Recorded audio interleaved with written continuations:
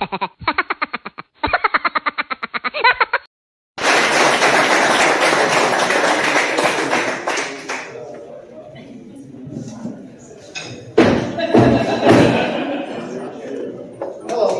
I'm Russ. Hi, Russ. You find me humorous. A little about me. I'll be 58 years old this year. 58 years old. And I just accepted a cage match with a 22-year-old. I know that's the first thing you thought when I walked up here. You thought, that guy looks like a professional cage fighter.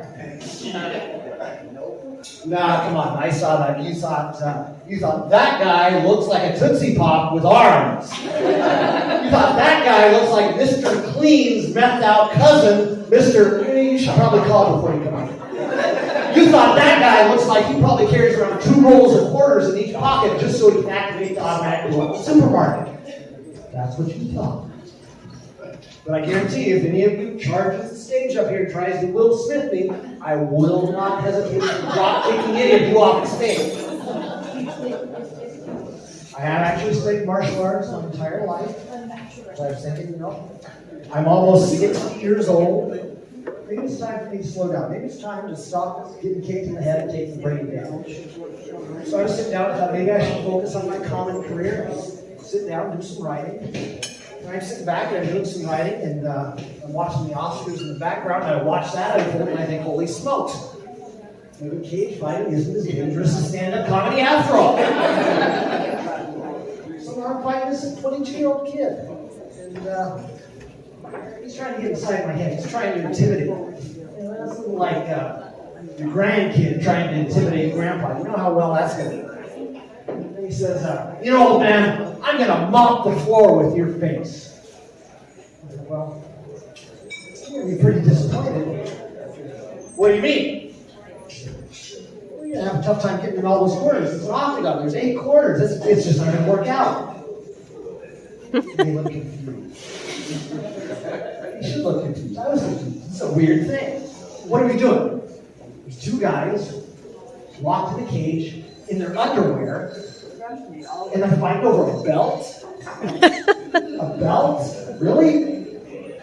I can't remember the last time I was sitting around in my underwear and I thought, you know what? What I could really use right now is a nice belt. Maybe I can make it like 10 or 12 times bigger than a normal belt. Maybe I can put some big brass plaques on the front, just fasten around behind so I can wear it over my underwear. That would be pretty slick. That would certainly be worth some fighting over, wouldn't it? Well, hear me out. I have another idea. Maybe we could just find a pair of pants that actually fit.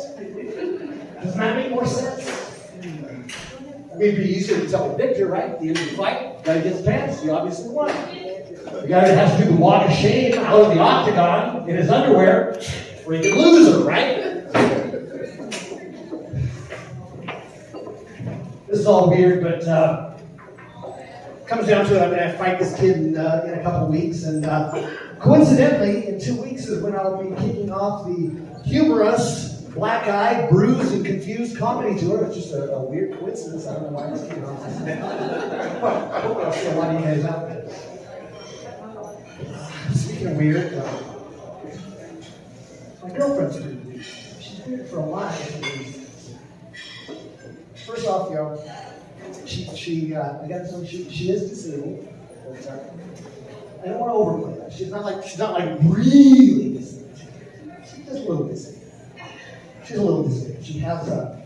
She has something called chronic tinnitus. Have you heard about this? I mean, it sounds terrible.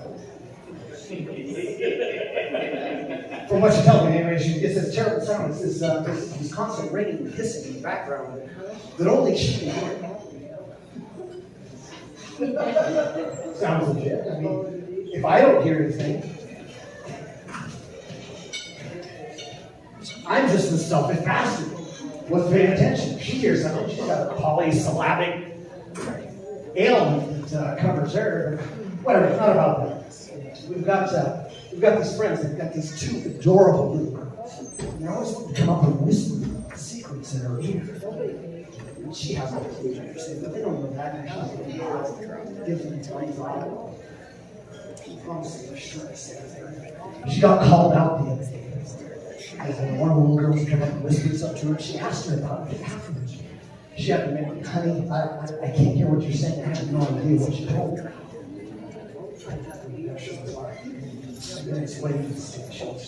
Look, honey, do you know what tinnitus is?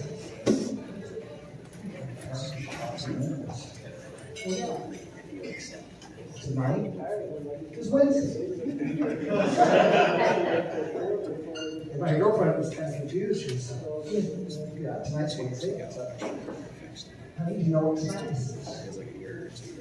Well, the little girl's really confused. She looks at her. Let's tell you.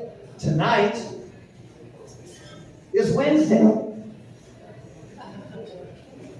And it takes a minute for my girlfriend to realize that she's in some kind of a who's on first mood, but she's got to get herself out of this.